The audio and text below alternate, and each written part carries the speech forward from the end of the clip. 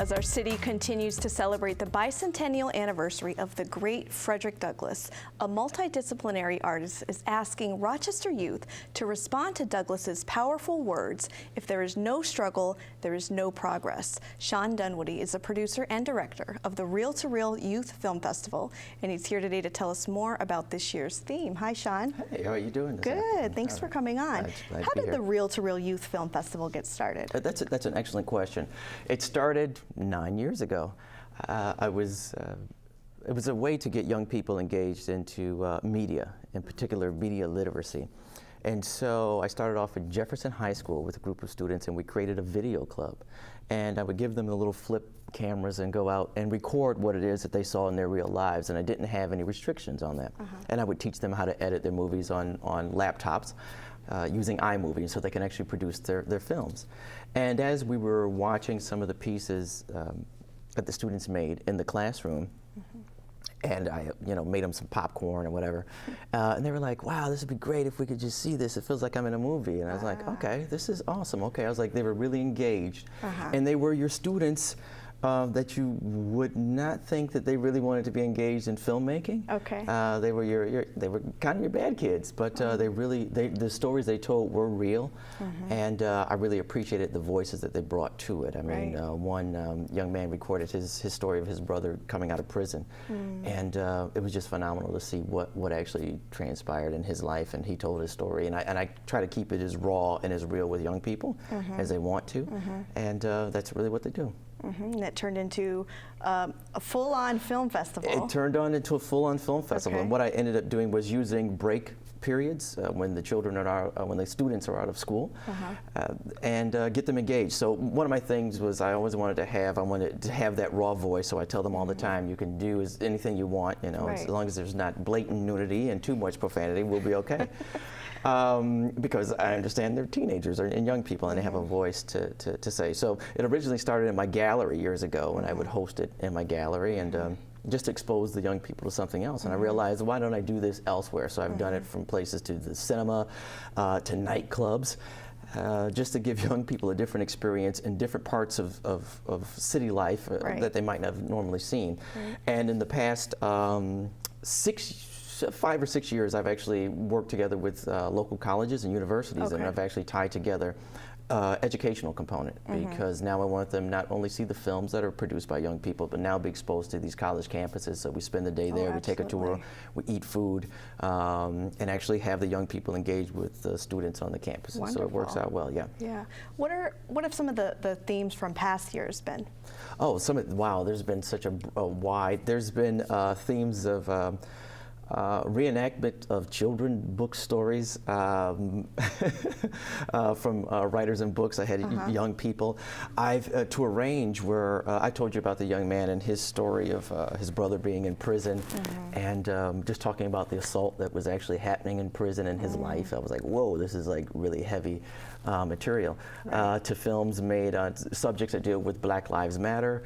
To full-on sci-fi films. One year I actually extended the film festival out to college students, in particular RIT School of Film and Animation. And we had some great short films that were, spaceships and lasers and aliens. It was phenomenal. I was like, whoa, okay, wait a minute, maybe I'm setting the standard a little too high when I'm showing, 6th graders. So the range has been, whether it's scientific, real life story, they've been climate change, whatever it may be. They've been stories that they want to tell, that they're connected to. Right. So how did you decide upon this year's theme? There's so many great Frederick Douglass quotes out there. How did you narrow it down? That's a very good question. That's an excellent question. How did I get to that point? Well, realizing what would be the hook. I'm a visual artist as well, a painter, and I've performed as Douglass many years. So I wanted to draw from when I actually interact with young people. What was the point of their interest, that piqued their interest? I realized a lot of young people didn't, when going out and talking about the film festival, a lot of young people didn't know much about Douglass. And so one of the key points that I found to spark their interest was the point of struggle, in particular with his fight with Covey. And when he was 16 years of age, and they're like, hey, I can relate to that. This guy's actually fighting for his freedom. And so they could understand there are some struggles they're going to have, whether they're physical, mental, or emotional, whether it's, you know, they've gotten there's an issue at home that they're dealing with, to they got a D- on their English report, which one of the kids said in a meeting. I want them to be able to tell their struggle and how they've progressed. And with this, I've opened up the entries, the medium that you can submit. So it can be a song, it can be a poem, music, whatever it is. I want you to express yourself as best way you can, and using the hashtag my struggle, my progress, so that way they can be found, so that way I'm not trying to collect so many things, and young people can do what they want and support that mission. So I want them in their environment telling their story of their struggle. Right, we've seen you through the years be involved with so many projects related to Frederick Douglass. We've got the murals at the Frederick Douglass Library, the Landmark Society Walk the Walk event. You're involved with ROCO and the No Soil Better exhibit there. How does Douglass resonate for you personally in your life? Oh, that's man, you got some good questions there. You wrote down some good ones. How does Douglass resonate personally in my life? His story is phenomenal, and I try to tell this all the time when I meet with young people. I say, I know we have Martin Luther King Day and we celebrate this, but I'm a Martin, then I go back, my strongest is Malcolm, and then my go-to guy is Frederick Douglass, because when I talk to young people, I say, you know, do you understand he actually had this struggle? It wasn't that he went to an all-black college, he taught himself. Do you understand it? At any given point in time, he could have also been lynched, assassinated, grabbed.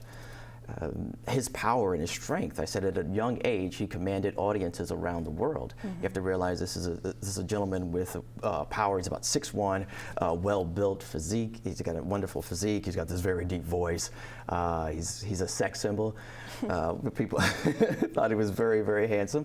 And so I really resonate with, or I connect with his drive or his mission, that regardless of what anyone says to you or whatever anyone stamps you or deems you to be, you are much more than that. You are much greater. And his fire within him, when he even talks about at the point of fighting Covey, his chest was ablaze. He was a fire. He was now set to understand what it means to be a man. And I think in these days and times,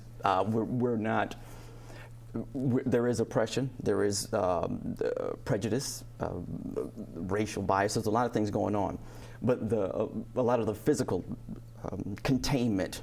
Well, it is still happening in prison systems, but the physical containment is not happening in a particular way. And so we, as young, I'm not young, but and what I say to the young audiences, as young black males and females, what's your excuse? If this brother could do this, then what's your excuse? Don't tell me that the man is holding you down. All right, I'll give you there's some barriers, but this brother literally had somebody trying to hold him down. So tell me, what is your excuse? I mean, he rose to prominence, and it didn't require him to have that path of going to college or education. It just took his drive, and he was able to shape the world. So you can do the same thing at 16, 15 years of age, regardless of what someone tells you need to do. Follow your fire within, and you can make it happen. And so I tend to draw from that. I enjoy Douglass. So as these young filmmakers talk about their struggle and their progress, you're asking them to then post that on social media. Yes. Why do it this way? I realize that times are changing, and I've got to keep up with the times and make sure that things are relevant, because a lot of times we tend to lose young people if we're not connected, if we don't understand what's going on, if we don't understand, we don't have to know all the language. I don't have to like every new hip-hop artist, but I should at least know they're out there and what they're doing and what they're saying. So I want to be engaged on an equal level. I want to say I'm no greater or less than you, and neither are you, but we can all come on this page. So I think social media, social network is the best way to do this. That's where they're engaged, and that's where I think the conversation should happen about what is your struggle and what is your progress. Right. If Frederick Douglass were here today, what do you think he would say to young people about how they use social media and guarding their image? Wow, you got some good. It's very important, and guarding your image was very important to Douglass. Of course, we know this once he saw that his image was being illustrated with this sort of smile. He was like, no, I'm not going to do this. This isn't going to happen as my people are oppressed and in bondage and in chains. I will not smile. There's no reason to have this caricature of a black man out here in the world. I think he would find the medium or the media itself that young people are using very, very powerful. And he would stress to be careful at how you use this media. But I think, understanding that he was spent 25 years in this creative city, I think he would understand that there are other ways to project that message that maybe sometimes we're not understanding. I just gave this talk about this recently. Everyone talks, and I address this with young people, everyone talks about, you're busting a sag, your pants are falling down, I can see your drawers, why don't you pull that up and have some respect for yourself.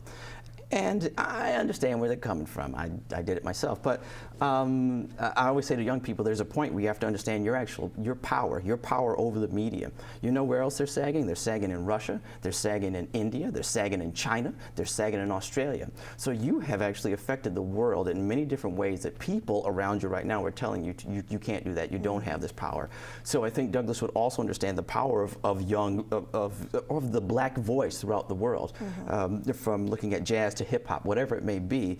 We actually have that message and can send it well. So there are going to be some ups and downs of how those images are portrayed or played out, but I think overall he would feel as if we, especially with the Black Lives Movement, we've used a focused message to portray us in this nation, I'll say, in particular. And it can use some improvement, but I think he'd be quite happy with what we can do. I'll say that, I'll put it that way. Excellent. Thank you so much for your time today, Shawn. Well, thank you. For more information about the Reel to Reel Youth Film Festival, be sure to check out their Facebook page and Instagram feed. You can also send an email to Shawn at reeltoreelfilms@gmail.com or call 585-310-4564.